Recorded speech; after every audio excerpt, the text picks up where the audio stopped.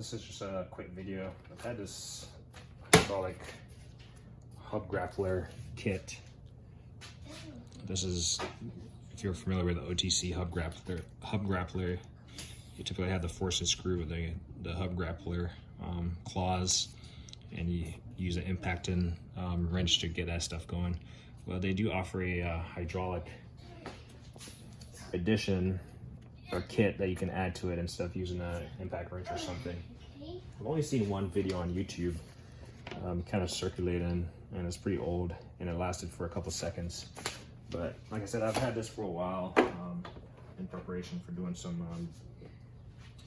work on my cars, but haven't gotten around to doing it, and as you can see, I have not assembled it. I broke it out today because I recently acquired a press, and I was trying to ensure that all the parts are going to be compatible. I can use the pump, even though the press comes with its own pump and stuff. But I was going to try to use the same type of fittings and stuff, like quick connect fittings. So anyway, this thing comes with this case right here. Let's see. It comes with the hard case, similar to the actual hub grappler case, you know, little metal latches. And then it just comes in with this little foam inserts just to cushion all the components. Let's see what else it has. So you got a carrying case, you got the OTC, let's see if you can see that. You got an OTC 2510A air hydraulic pump. Press, you can operate by hand or foot, press to operate, and then you release the pressure. It actually, I was just curious, it actually came with, I don't want to shake it up too much because I have the plug is out of there. But it actually has fluid inside of it, and this is like an aluminum casing. I'll do a video showing the hydraulic press that I got, and the pump that it came with is like a plastic casing. You can actually see the fluid in there, but this is actually an aluminum casing, if you're curious about that. Unlike the press, this one, the press has like a plastic plug. This one actually has a brass fitting that you would like release the air, and then obviously you thread your air fitting in there. So I'll be doing all that and then priming this thing. So pretty nice unit. I think this is by itself is like $250 if you're supposed to buy it for some reason. Then you got your hose. It's they claim to be a 6-foot hose, and then you got these springs on it, which they're not really connected. They keep sliding off. So we'll try to keep it on there just to help with the bending. So you got this hose, but I don't know why I'm suspicious of this, if it was used, or you know what, it might have been me. I've had it for such a long time and haven't really assembled it. I'm not sure if I had wrapped Teflon tape around it. So this could have been very well be me. So I'm gonna say that was me. But 1/4 inch. Yeah, this is the problem that I'm running into. This hose is 1/4 inch, which is fine, but it comes with the, I think this is a 9-ton cylinder, hollow cylinder, and this is what you put your force and screw through. There, if you can see all the way through my finger back here, that's where you put your force and screw through. But the problem that I'm running into, this is a 1/4 inch threaded insert. So I'm gonna have to find a 1/4 inch to 3/8 to get all my hydraulic components like quick connected and stuff. Let's see what else it comes with. It comes with some straight fittings, the hex nut. So this is like your hex nut right here. I just have it threaded on right now, just so I don't lose it. So it's just threaded on. And then you got your nut right here, your washers that you put on the opposite side of the hub or whatever. And then this shank right here. So I just thread all these small components. You have this small component, these 2 washers, and this nut. So I just thread them on here so I don't lose them. And then I just put them in the casing. What else? And then you guys a couple male and female couplers. But that's the gist of it. It comes with this manual, a guide for the air hydraulic pump, and then some warranty and service center information right there. So the first thing I'm gonna do is I got a air fit in. I wish I had the swivel one, but I don't. So I'm just gonna use the one I have.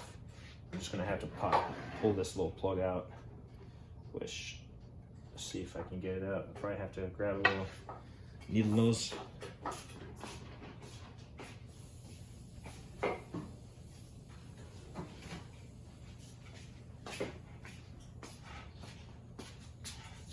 Grab a little needle nose here, and there you go.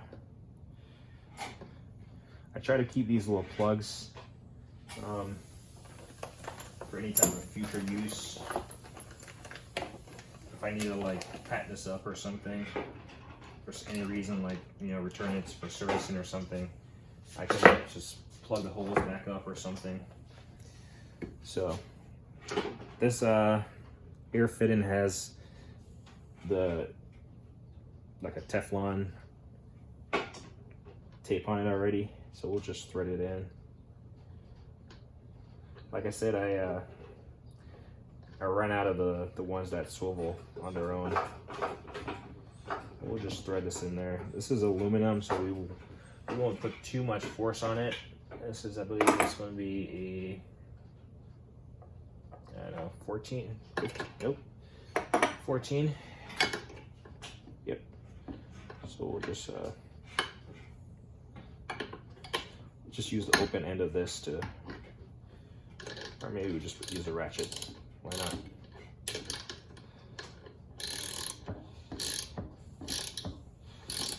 That's why you have ratchet and wrenches. So we won't go too hard on this, but we'll get it in there, make sure it's not leaking or anything.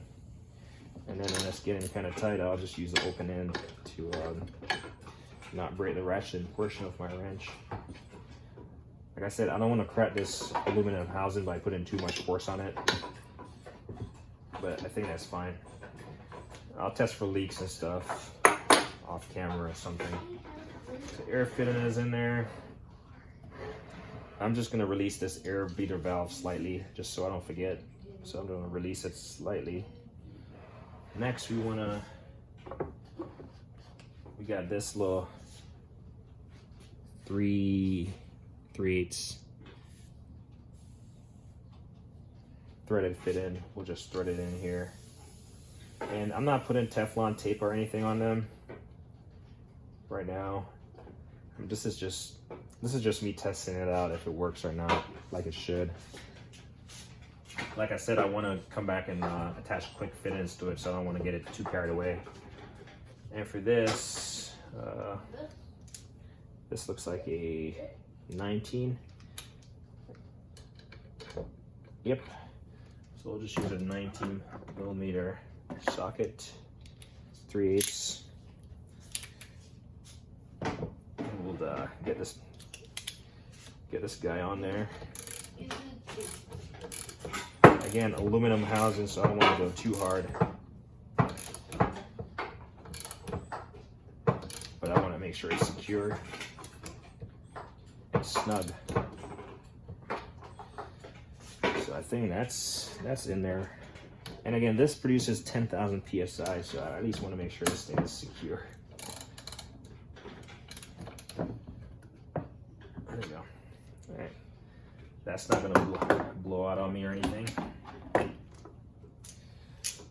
Try to put these back as I go so I don't like lose them. So we got that threaded in there. Next up would be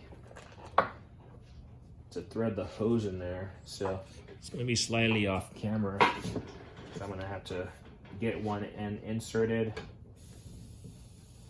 and try to like twist from a distance, twist the hose itself. I wish they had like those ends that, you know, it kind of swivels on its own, or I don't know what you want to call it.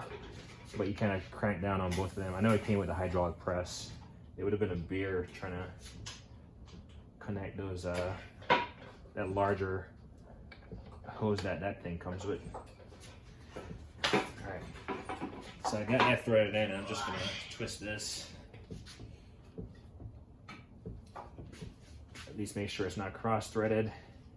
And now I gotta, this looks like a, I don't know, I'm gonna guess this is a, what's this, 16? Yep. And then we'll just kind of get our hose in there. Again, I'm not trying to overly tighten these things, because when I figure out a way to put a quick disconnect on it, I plan to do that.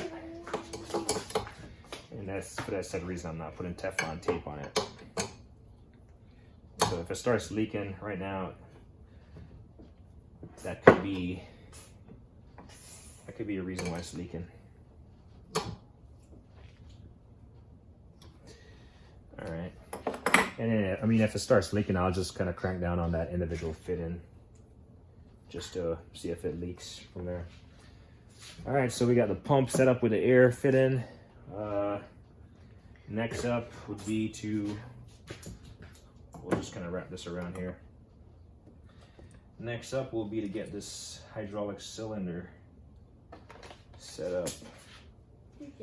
So it's right here. Again, a 1/4 inch.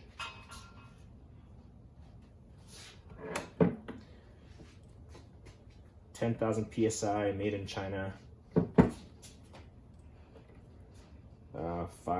Model number 562718. It's a 9-ton, so 1,800 pounds there, or sorry, 18,000.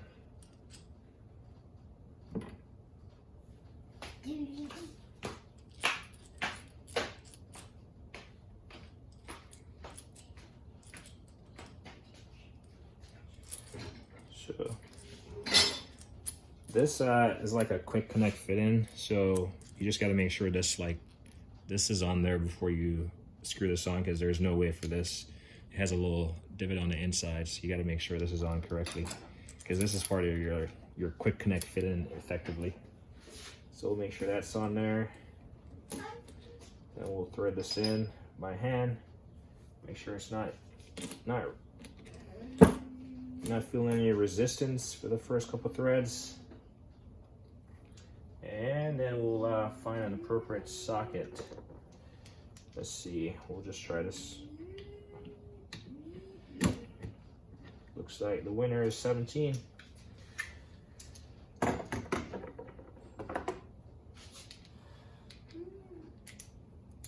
So I like the ability to just use a socket on this instead of opening a wrench.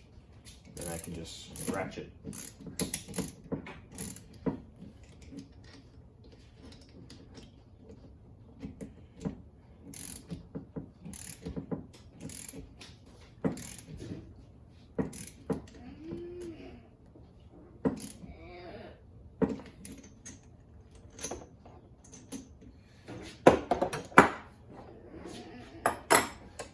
We'll try this for a second. Just because that collar is getting in the way slightly. All right, that feels tight.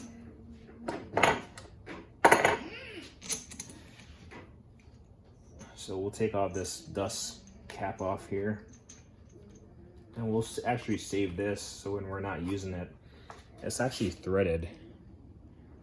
So we'll save this. So when it's not in use, I can put this back on there. Protect those threads. In fact, I'll leave them on there until I'm ready to activate the unit. And then this end of the hose, the opposite end of the hose from the actual unit, there's this other fit in that it you see it has this little dimple on it right there. Inside of here it has another pretty much mating surface, and basically what's going to happen is once they slide in there, they'll actuate the unit.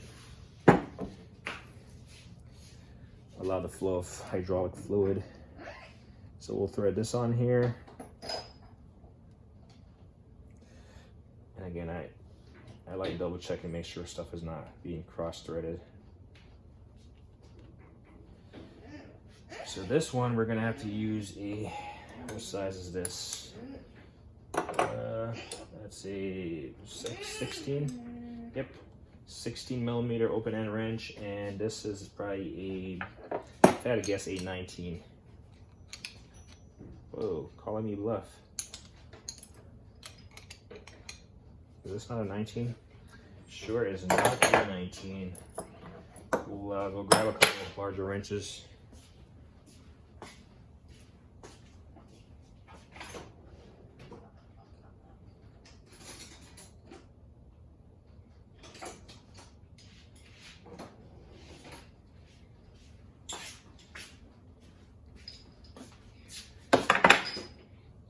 Alright, I'm looking for this.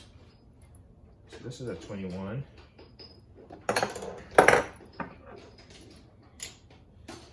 Yep, 22. So we'll get this in here. And what I'm showing you is that it's gonna just slide in there. So we got this effectively quick lock-in collar. That's gonna get like threaded on here. And there it is, just floating. So I'm just gonna kind of force this to be seated in there as much as I can.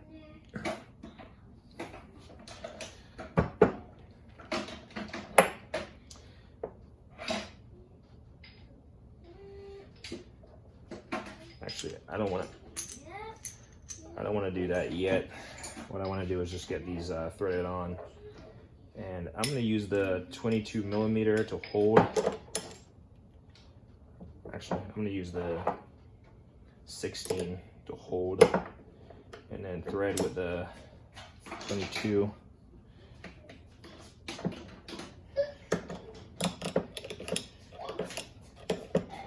And I know doing stuff like this can be cumbersome.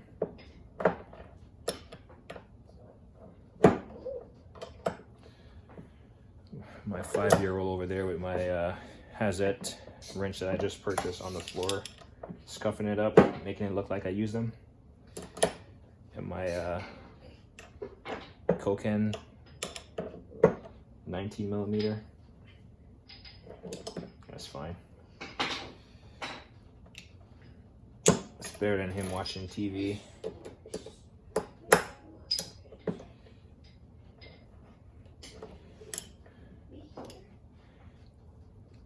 Occasionally I'll leave him in the garage, but I always have to check on him because he's always going to go in the toolbox. The lucky thing, all the power tools and all the air tools, they're not, everything is separated, so he can't really activate the air tools or activate the power tools because the batteries are separate, even though he does know how to insert the battery. He does know what battery goes to what. But he just typically messes with hand tools.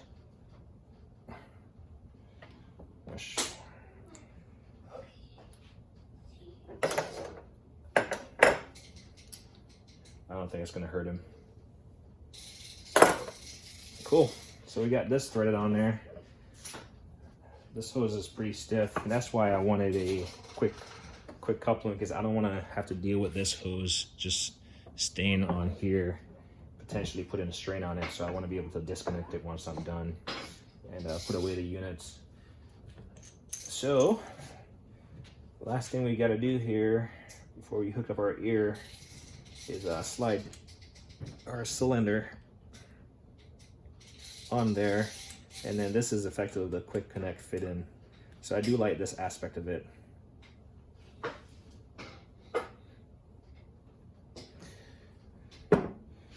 It offers like a quick connect option for your cylinder.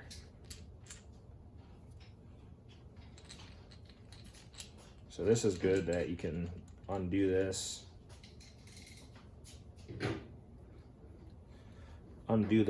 and you know, remove your cylinder, and this hose is really stiff.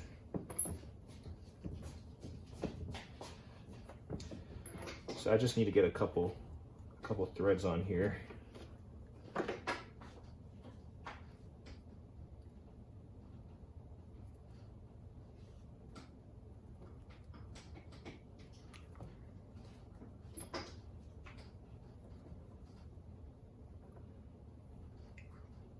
I was about to say something is loose, but it's actually just turning inside the collar. All right, so I believe I have it all set up. We'll take off the dust cover. My compressor is currently at 120 psi. I recommend it as 92 140. Get a couple shop towels just for any potential. In fact, I'll save my shop towel and use those drip mats. So like I said, this is all extra, this hose, but it's 3/8. So where this comes into being a problem is the fittings that are provided won't really work, especially for the cylinder. It's definitely a 1/4 inch female insert that you need. But then I have these 3/8 quick disconnect fittings that I'm going to use for my hydraulic air pump or hydraulic press to make it easier. So these don't come with it. Everything else does. We'll, I got to prime it, so I got my screwdriver, and we'll just leave all this stuff here. It should be fine. I got my air hose.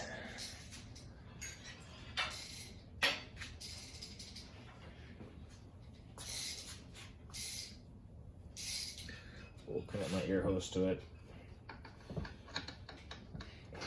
Make sure that I'm not pressing down on it, so I'll just hit the release.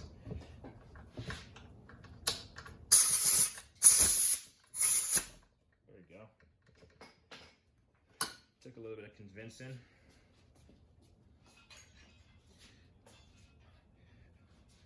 And I'll definitely grab some safety glasses. That's some safety glasses.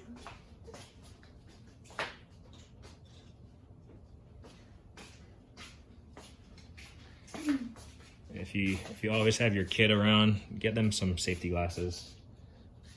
There you go. And then obviously I got myself some just in case. I want you go stand back over there and watch. Okay? So he stands. So basically you gotta prime this thing, and the way you gotta prime it is you got this valve. I'm not sure if you can see it right there. It's effectively the thing that engages when you put your foot on here. You got to prime it, and the way you got to do it per the instructions is to press the release side of it and hold this for like, I don't know, 10 seconds or something, 15 seconds. What we want is this bit. So we do that, priming the pump, press the release end of the pedal. So this is the release end while holding down the air intake. So this is the air intake valve with a flathead screwdriver. And then, yeah, obviously it's located behind under the foot pedal, the part that's marked pump. Allow the pump to cycle for 15 seconds. Remove the screwdriver and press the pump end.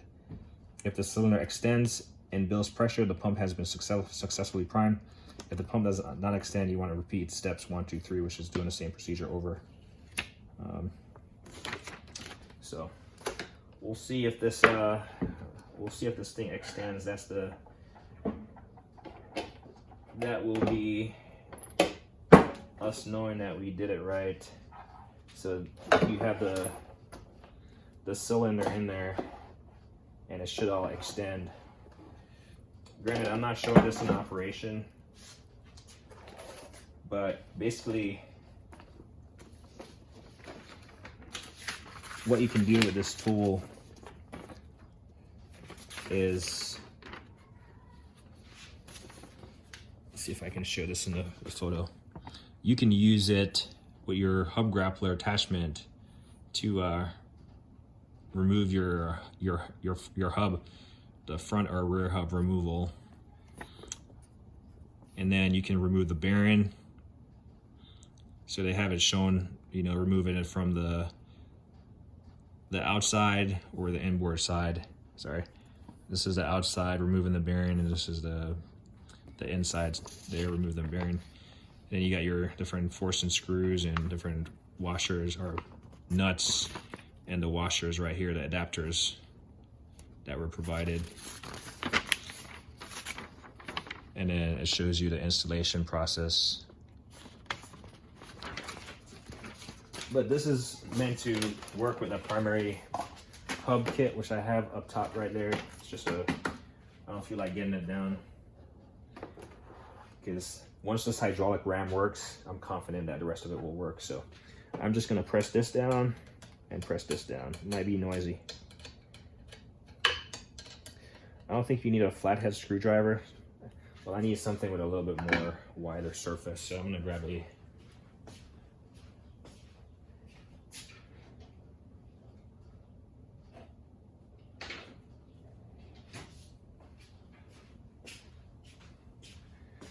I got these nifty, I think they're called quarter turn tool. But I typically use them to remove panels, but it provides a broader surface.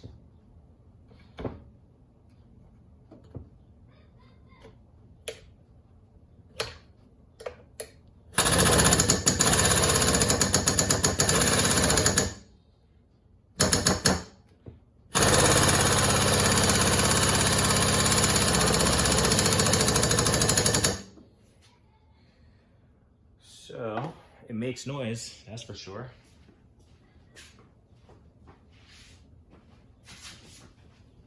And I did say I was gonna put down some drip mats just in case anything starts leaking and doesn't like leak all over this table.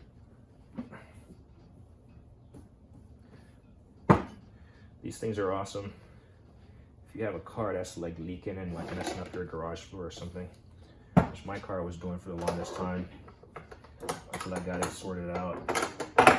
These things are amazing. They just absorb all that stuff. So whenever I do like oil changes, I always put this one down. And since I just do my own, I just kind of recycle it. I don't have to go through the entire roll. Anyway, we'll give this another shot at priming.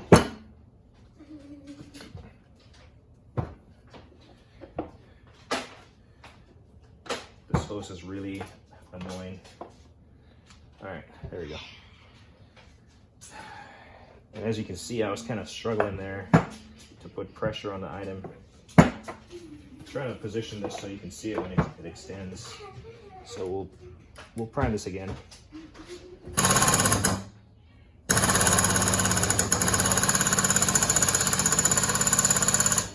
And as you can see, I was trying to press down on the front. Basically, once it's engaged, it's engaged. The release mechanism is engaged once it's down there. So all you need to do is press down on here. But I was trying to press down on both of them. Anyway, I think that's primed enough.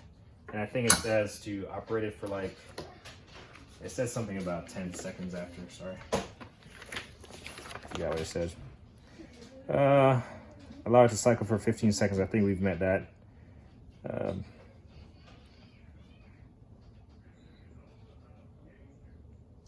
And then we just check and see if it extends. So got my safety glasses on, and we're just gonna use we're gonna see. Let's see if I can hold it right here. We'll just let it sit like that. You should just see it extend. See ya. In fact, I'll go on the next side. Let's see.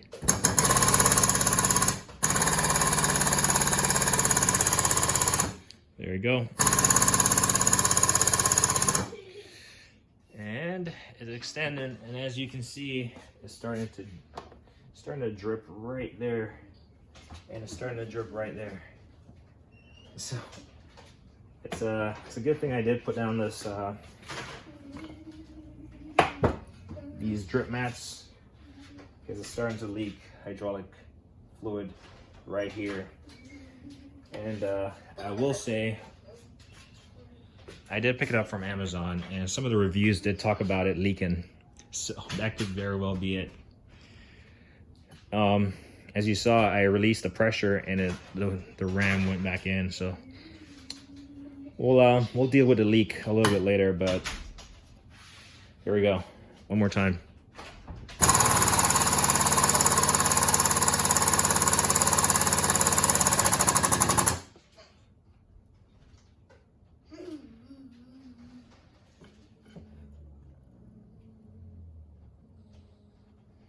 So I'm not sure if you saw that, but there was a squirt of fluid.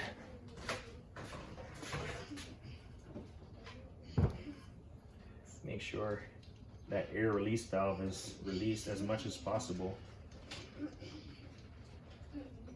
in case it's not released far enough or something. We'll try it one more time, see what the air compressor is showing.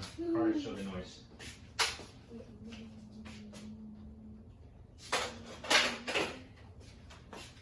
Alright, it's showing at 90 psi the minimum, so we'll give it a shot.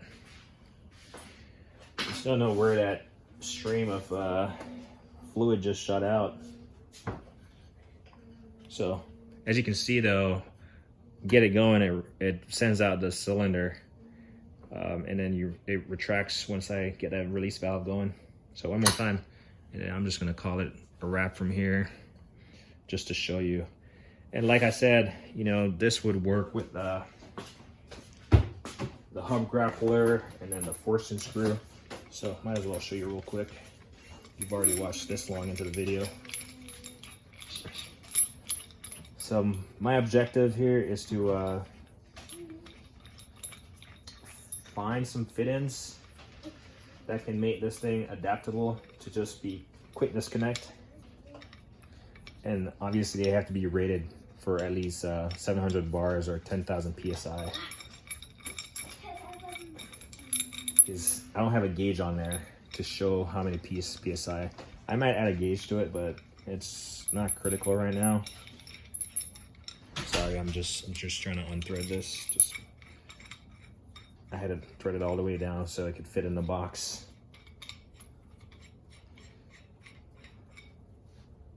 And I definitely threaded it the incorrect way. Yeah, that makes sense. So this thing just slides in here, and obviously you'd follow the instructions and stuff. But when you're trying to remove, you know, hubs and bearings and all that stuff, instead of like using your, you know, high torque Milwaukee or your Snap-on, your Matco, your Ingersoll Rand, whatever flavor of impact gun you have, this, you just, you know, give it the beans. Once you have a good air compressor, and your unit is not like spewing fluid like mine is doing right now. So I'm gonna have to address that with some Teflon tape and whatever I need to do to keep the fluid in there. So anyway, this is just showing you, obviously I have the hub grappler, not Grappler, but I just don't want to get into all that right now. Anyway, one more time, since I'm at the minimum pressure.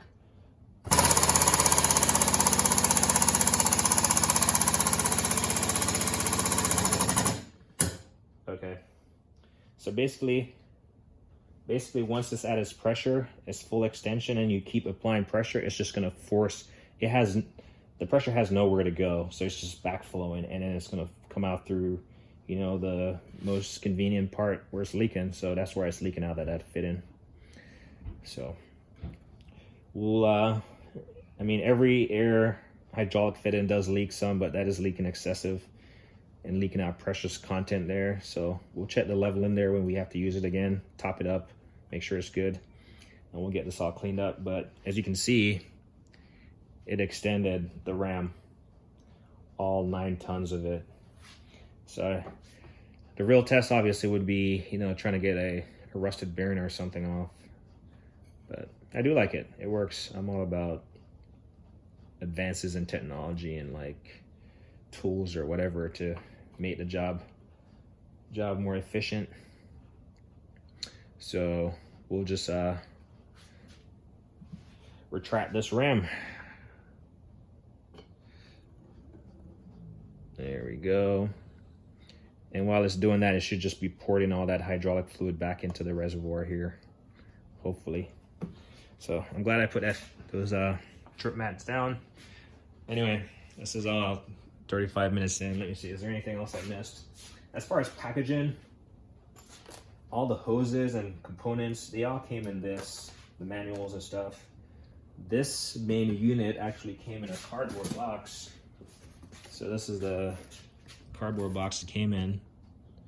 So I actually just leave it in there for safekeeping and kind of keep it cushioned. It's a pretty beefy little cardboard box, just doesn't have a top, but it fits in there snugly, so that's fine. And then, like I said, it just comes with this box that just kind of fits, you know. It's like I have additional hoses and stuff I'll throw in there.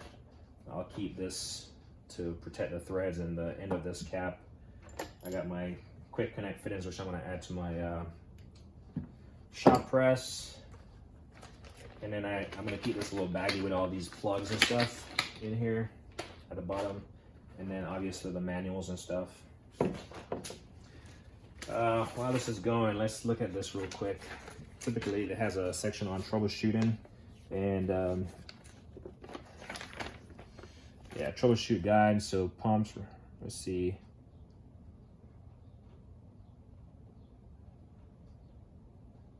So there's excess oil spray from the muffler.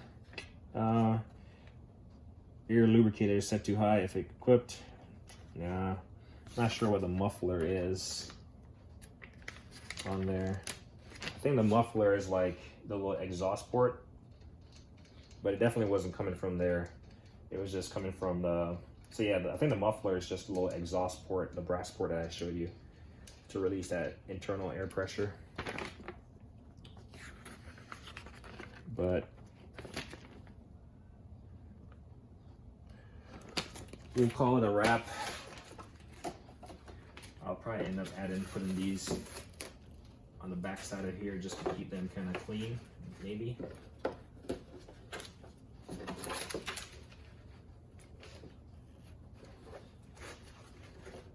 Maybe. And then everything else I have, like small fittings that will eventually accumulate as I modify this stuff.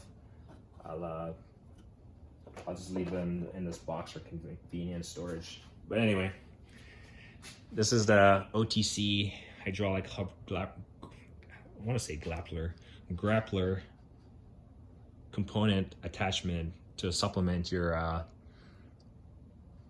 grappler, the main kit. Cost, was it cheap? No, but like I said, I like advances in tools, and if it works, it works. So anyway, just blabbering at this point. As me always say, like and don't hate the thing.